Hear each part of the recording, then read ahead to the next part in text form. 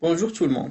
Vu l'état actuel du confinement à cause de la pandémie Covid-19, je vais vous présenter l'exposé de Big Data par une vidéo. Au départ, je vais vous présenter le sommaire. C'est quoi le Big Data? Big Data, l'analyse de données en masse, les évolutions technologiques derrière le Big Data, Hadoop, formation continue en Big Data, ce que proposent les grandes écoles, applications, le futur du Big Data et enfin une conclusion. Maintenant, on va passer au traitement du chapitre et du sujet chapitre par chapitre. Commençons par c'est quoi le Big Data? Littéralement, ce terme signifie mégadonnées, grosses données ou encore données massives. Il désigne un ensemble très volumineux de données qu'aucun outil classique de gestion de base de données ou de gestion de l'information ne peut vraiment travailler. Enfin, en effet, nous procréons environ 2,5 trillions d'octets de données tous les jours. Ce sont les informations provenant de partout. Messages que nous nous envoyons, vidéos que nous publions, informations climatiques, signaux GPS, enregistrements transactionnels d'achat en ligne et bien d'autres encore. Ces données sont baptisées Big Data ou volume massif de données. Les géants du web, au premier rang desquels Yahoo, mais aussi Facebook et Google, ont été les tout premiers à déployer ce type de technologie. Big Data, pourquoi? D'où vient ce concept du Big Data? Est-ce seulement le petit data qui est devenu big ou simplement plus de data? Quelques pistes: explosion de la disponibilité des données, augmentation de la capacité de stockage et augmentation de la capacité d'analyse. Ensuite, Big Data, l'analyse de données en masse. Inventé par les géants du web, le Big Data se présente comme une solution destinée pour permettre à tout le monde d'accéder en temps réel à des bases de données géantes. Il vise à proposer un choix aux solutions classiques de bases de données et d'analyse, plateforme de business intelligence en serveur SQL. Selon le Gartner, ce concept regroupe une famille d'outils qui répondent à un triple problématique dite règle des 3 V. Il s'agit notamment d'un volume de données considérable à traiter, une grande variété d'informations venant de diverses sources non structurées, organisées, open, et un certain niveau de vélocité à atteindre, autrement dit, de fréquence de création, collecte et partage de ces données. Volume, pas d'échantillonnage, on observe et mesure tout, vélocité, les données et les résultats sont souvent disponibles en temps réel, variété, puis dans les données textuelles, les photos audio, vidéo et complètent généralement les pièces manquantes et en fusionnant plusieurs sources. Passons à les évolutions technologiques derrière le Big Data.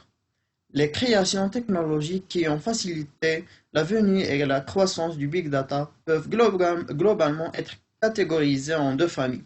D'une part, les technologies de stockage, portées particulièrement par les déploiements du cloud computing, d'autre part, l'arrivée de technologies de traitement ajustées, spécialement le développement de la nouvelle base de données adaptée aux données non structurées Hadoop, et la mise au point des modes de calcul à haute performance MapReduce. Il existe plusieurs solutions qui peuvent entrer en jeu pour optimiser le temps de traitement sur des bases de données géantes, à savoir les bases de données NoSQL, comme MongoDB, Cassandra ou Redis. Les infrastructures du serveur pour la distribution des traitements sur les nœuds et le stockage des données en mémoire. La première solution permet d'implémenter les systèmes de stockage considérés comme plus performants que la traditionnelle SQL pour l'analyse de données en masse orientée clés-valeurs, documents, colonnes ou graphes.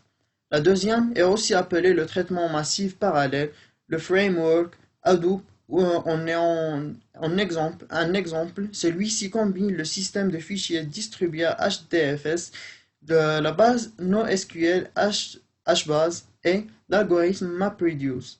Quant à la dernière solution, elle accélère le temps de traitement. Traitons maintenant Hadoop.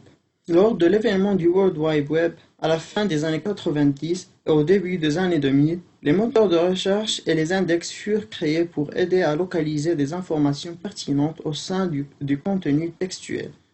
Au départ, les résultats de recherche étaient renvoyés par des humains. Bien entendu, Lorsque le nombre de pages a augmenté à plusieurs dizaines de millions, l'automatisation est devenue nécessaire. Web crawlers ont alors été créés, principalement en tant que projets de recherche universitaire. Les moteurs de recherche comme Yahoo et AltaVista ont également commencé à apparaître. Hadoop est un framework logiciel open source permettant de stocker des données et de lancer des applications sur des grappes de machines standards. Cette solution offre un espace de stockage massif pour tous les types de données, une immense puissance de traitement et la possibilité de prendre en charge une quantité de tâches virtuellement illimitée. Basé sur Java, ce framework fait partie du projet Apache, sponsorisé par Apache Software Foundation. À l'heure actuelle, Hadoop est la principale plateforme du Big Data, utilisée pour le stockage et le traitement d'immenses volumes de données. Ce framework logiciel et ses différents composants sont utilisés par de très nombreuses entreprises pour leurs projets Big Data. Passons maintenant à formation continue en Big Data, ce que proposent les grandes écoles. Désormais, les grandes écoles proposent des formations dans le Big Data. La pédagogie veut accorder une large part à des études de cas et retours d'expérience.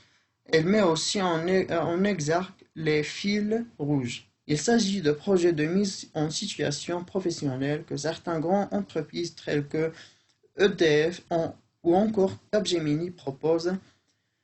Ce genre de formation n'est pas limité à un cadre théorique. Les apprentis sont aussi amenés à faire des pratiques en renforçant leur formation par un stage.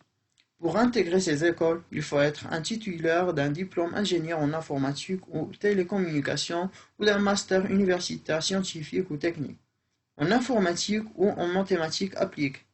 Elle accepte souvent les bacs plus 4 scientifiques à condition que la personne dispose d'au moins 3 ans d'expérience professionnelle. L'intérêt d'une formation digitale orientée Big Data.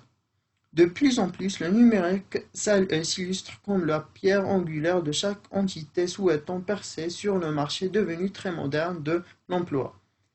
Les entreprises s'arrachent en effet les rares data scientists diplômés des écoles et des organismes délivrant une formation digitale. Elles justifient leur démarche sur le principe que les analyses de données ont capacité à optimiser un profil grâce à l'avènement du numérique et l'essor du big data. Ce dernier s'apparente par conséquent à un acteur majeur du secteur. Nombre de start-ups voient le jour et intègrent le process dans l'apprentissage de ces équipes, l'objectif premier étant de mettre les données intelligentes au service de l'éducation. L'enseignement connaît une véritable mutation qui a débuté avec l'émergence du e-learning. En effet, intervenir le big data dans leur stratégie, les sociétés garantissent la compétitivité de leur marque et optimisent le suivi de leurs clients. Par ailleurs, les chercheurs s'attellent petit à petit à décortiquer la manière d'exploiter au mieux le big data et ses outils technologiques pour favoriser l'éducation. Fort de constat, Stratégie Formation propose par moins de 80 formations axées sur le secteur digital. Les apprentis pourront ainsi acquérir ou renforcer des compétences en termes de transformation digitale, de search marketing ou encore des médias sociaux. Maintenant, je vous laisse avec mon collègue pour traiter de la deuxième partie de cet texte. Premièrement, on a la recherche médicale. Grâce à l'évaluation des données massives, les médecins peuvent trouver de meilleures solutions de thérapie et de traitement pour leurs patients. Deuxièmement, l'industrie.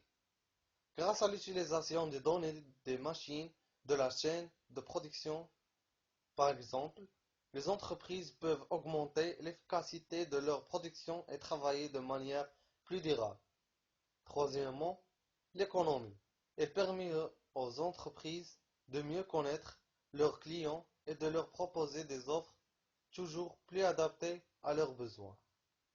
Quatrièmement, on a l'énergie. Les données sur la consommation d'énergie permettent à long terme d'adapter l'offre aux besoins des utilisateurs dans le but de rendre l'approvisionnement énergétique plus responsable et durable. Cinquièmement, le marketing. Le big data est utilisé dans le marketing pour mieux cibler les clients. L'objectif est, entre autres, d'améliorer les relations avec les consommateurs et d'augmenter le taux de conversion. Et on a aussi le secteur bancaire. Le big data permet à une banque de proposer des services adaptés au profil de ses clients ou de mieux anticiper ses risques de défaut ou de liquidité. Et maintenant, on va parler de du futur de Big Data. L'industrie technologique de Big Data étant une industrie récente, les systèmes de traitement de mégadonnées et de stockage sont en perpétuelle croissance. On assiste à une apparition et disparition des technologies à vitesse impressionnante. L'algorithme MapReduce, apparu chez nos amis de Google en 2004, est le plus utilisé aujourd'hui, notamment par Yahoo dans son projet Niche. Elle est passée en 2008 sous le drapeau Apache pour créer Adobe et voit son utilisation abandonnée pour des raisons de lenteur de traitement, visible même sur les mégadonnées de taille modeste.